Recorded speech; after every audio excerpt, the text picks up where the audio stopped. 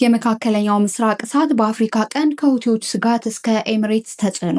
በመካከለኛው ምስራቅ በአሜሪካ በእስራኤልና በኢራን መካከል የተቀሰቀሰው ግጭት 35ኛ ቀኑን ሲያስቆጥር የጦርነቱ ነበልባል ከቀይ ባህር ማዶ አልፎ የአፍሪካ ቀንድ ሀገራትን ደጃፍ ማንኳኳት ጀምሯል። የሁቲ አማጽያን ወደ እስራኤል የሚወነጨፉ ሚሳኤሎችን ተከትሎ በይፋ ጦርነቱን መቀላቀላቸው እንደ ባብኤል መንደብ ያሉ ወሳኝ የንግድ መስመሮችን የመዝጋት ስጋት ውስጥ ጥሏቸዋል። ይህ ቀጠናዊ ቀውስ የዓለምን የነዳጅ ገበያ ከማናጋቱ ባሻገር እንደ ኢትዮጵያና ኤርትራ ባሉ ሀገራት መካከል ያለውን የጸጥታ ሁኔታና የተባበሩት አረብ ኤምሬትስ በቀጠናው ላይ ያላትን ሚና የሚፈትን አዲስ ምዕራፍም ከፍቷል። ኤምሬትስ በጦርነት መያዟ በአፍሪካ ቀንድ ያላትን ተጽዕኖ ይቀንሰዋል? ሁቲዎችስ ለቀጠናው ምን ያህል ስጋት ናቸው?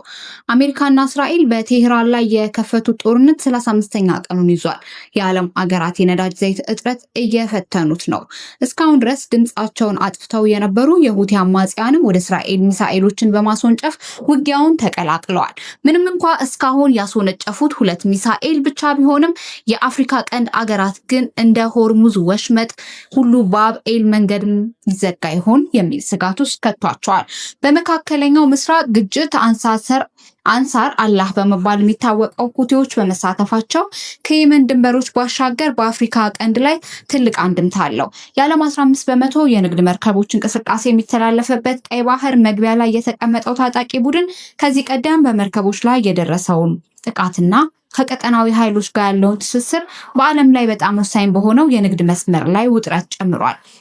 ኢትዮጵያን፣ ሶማሊያንና ኤርትራን ጨምሮ በአፍሪካ ቀንድ አገራት የሚኖረው ተጽዕኖ ደግሞ ከፍተኛም ይሆናል።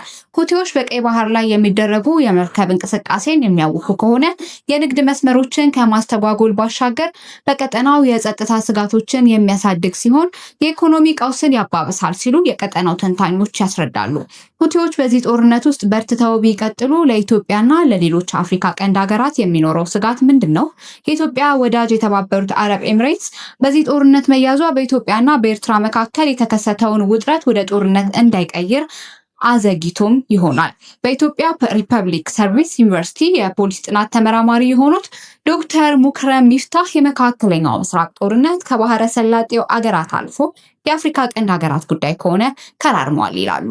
የአፍሪካ ቀንድ ጉዳይ የሚሆንባቸው በርካታ መንገዶች አሉ የሚሉት ዶክተር ሙከረም በአንድ በኩል በቀይ ባህር ዳርቻ የሚገኘው በየመን አብዛኛው ክፍልን ያስተዳደሩ ያሉት የሁቲ አማጽያን መሆናቸውን ያነሳሉ።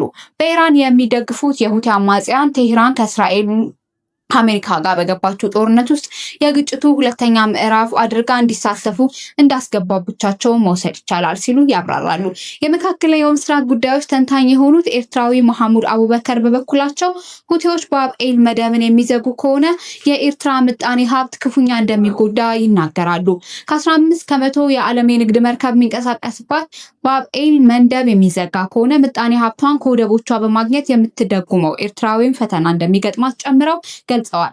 የኤርትራ ምጣኔ ሀብት ጠንካራ ባይሆንም በዋናነት የተመሰረተው በወደቦች ላይ ነው ያሉት ተንታኙ በተለይ ከሩሲያና ከቻይና ጋር የምታደርገው የንግድ ልውውጥ በአሰብና በምጽዋ ወደቦች ላይ የተመሰረተ መሆኑን ይናገራሉ። ሁቲዎች ባብኤል መደብን የሚዘጉ ከሆነ አሜሪካ ፊቷን ወደ ቀይ ባህር ልታዞር ትችላለች የሚል እምነት በኤርትራ መንግስት ዘንድ ስለሚኖር ስጋት መፈጠሩ እንደማይቀር ጨምረው አስረድተዋል። የኤርትራ መንግስት በጣም በስጋት የሚኖር መንግስት ከመሆኑ አንጻር ማንኛውም ኃይል በዚህ በኩል ወጥቶ ውጊያ መክፈት የለበትም የሚል አቋም እንደሚያራምድ ተናግረዋል። ኢራን በባህረ ሰላጤው ሀገራት የሚገኙ የአሜሪካ ጦር ኃይል ሰፈሮችን እንዲሁም የአገራቱን መሰረተ ልማቶች አጥቅታለች። ከዚህ ባሻገር የዓለም 20% ነዳጅና ተፈጥሮ ጋዝ የሚተላለፍበት የሆርሙዝ ወሽመጥን በመዝጋት የነዳጅ ዋጋ መናር እንዲከሰት አድርጋለች። ቴህራን በቀይ ባህር ዙሪያ ያሏትን አጋሮችም ሁቲዎች ባብኤል መደብን የሚዘጉ ከሆነ አሜሪካ ፊቷን ወደ ቀይ ባህር ልታዞር ትችላለች የሚል እምነት በኤርትራ መንግስት ዘንድ ስለሚኖር ስጋት መፈጠሩ እንደማይቀር ጨምረው አስረድተዋል። የኤርትራ መንግስት በጣም በስጋት የሚኖር መንግስት ከመሆኑ አንጻር ማንኛውም ኃይል በዚህ በኩል መጥቶ ውጊያ መክፈት የለበትም የሚል አቋም እንደሚያራምድ ተናግረዋል። ኢራን በባህረ ሰላጤ ሀገራት የሚገኙ የአሜሪካ የጦር ኃይል ሰፈሮችን እንዲሁም የሀገራቱን መሰረተ ልማቶች አጥቅታለች።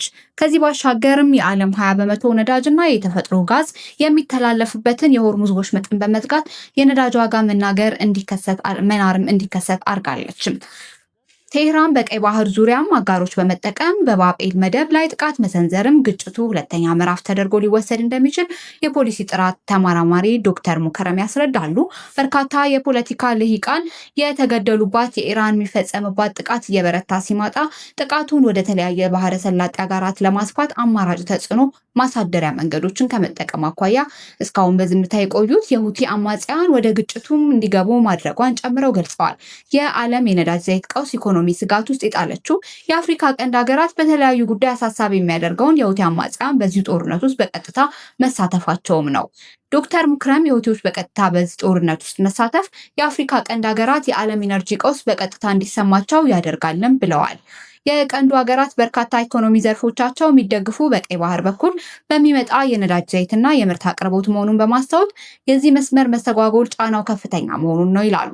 በተለያየ አጋጣሚ ኤርትራ ሁቲዎችን ትደግፋለች የሚል ክስ ይቀርብባት እንደነበር ያስታወሱት አቶ መሐመድ በበኩላቸው የመካከለኛው ምስራቅ ቀውስ ወደ ቀይ ባህር የሚሰፋ ከሆነ አሜሪካና አጋሮቿ በአካባቢውም የሚገኙ ደሴቶችን በመጠቀም ጥቃቶች ለመፈጸም ፍላጎት ማሳየታቸው እንደማይቀርም ጠቅሰዋል። ይህ ደግሞ የኤርትራ መንግስት ስጋት ነው ያሉትን ተንታኙ አስመራ እነዚህ ደሴቶች ዋሽንግተንና አጋሮች እንዲጠቀሙ የማትፈቅድ ከሆነ በጸጥታ ብቻ ሳይሆን በጂኦ ፖለቲካዊም በጣም በተጎዱ ሲሉ አብራርተዋል። ሁቲዎችን በመካከለኛው ምስራቅ ግጭት ላይ ቀጥተኛ ተሳታፊ መሆናቸውን፣ ሌላው ስጋት በሶማሊያ ከሚንቀሳቀሰው አልሸባብ ጋር የአሜሪካንን ተጽዕኖ ለማቋቋም ትብብር ለማድረግ ስምምነት ያላቸው መሆኑን አንዱ ጉዳይ እንደሆነ የፖሊሲ ጥናት ተመራማሪውም ያስረዳሉ። እነዚህ ሁለት አካላት በአፍሪካ ቀንድ ትብብር በሚደረጉ ከሆነ የአሜሪካና እስራኤል የቅርብ አጋር የሆኑት የተባበሩት አረብ ኤሚሬትስ ፍላጎቶች ላይ ጥቃት ሊፈጽም ይችላል የሚል ስጋት እንዳለም ጠቅሰዋል። በአፍሪካ ቀንድ ባሉ አገራት ዘንድ እንደ የተባበሩት አረብ ኤሚሬትስ ያሉ አገራት ጠንካራ የሆነ ተጽዕኖ ስላላቸው በመካከለኛው ምስራቅ ያለው ጦርነት የማይረግብ ከሆነ ኤሚሬትስ በኢንቨስትመንቶች ላይ ሁቲዎች ወይንም አልሸባብ ጥቃት ሊፈጽሙ ይችላሉ ሲሉ ስጋታቸውን ገልጸዋል። ዶክተር ሙከረም የኢራን መንግስት የአሜሪካና እስራኤልን ጥቅም በባህረ ሰላጤ ያራምዳሉ ያላቸው ሀገራት መሰረተ ልማቶቻቸውን ሲደበድቡ ሁሉ በእኩል አለማጥቃቱን ይናገራሉ። ከኩዌት፣ ከኳታር፣ ከኦማን እና ከሳውዲ አረቢያ ሁሉ በተለየ የኢራን ወደ የተባበሩት አረብ ኤሚሬትስ ሚሳይል እና የድሮን ጥቃት በተደጋጋሚ መፈጸሟን አስታውሰዋል። የኢራን አጋር የሆኑት ሁቲዎችም ወይም አልሸባቦች በአፍሪካ ቀንድ ያለን ማንኛውም የተባበሩት አረብ ኤሚሬትስ ኢላማ ማጥቃታቸው እንደማይቀር ጨምረው ይናገራሉ። በኢትዮጵያና ኤርትራ ውጥረት ላይ የሚኖር ውጤት በመካከለኛው ምስራቅ ጦርነት ከተቀሰቀሰ በኋላ በኢትዮጵያ በኤርትራ መካከል ተፈጥሮ የነበረው ውጥረት ወደ ለየለት ጦርነት አለመሸጋገሩ በአፍሪካ ቀንድ ያሉ የፖለቲካ ኃይሎች መካከል የሚፈጠር ልዩነት መነሻ ላይ ጥያቄ እንዲያነሱ እንዳደረጋቸው አቶ ሙከረም ይናገራሉ።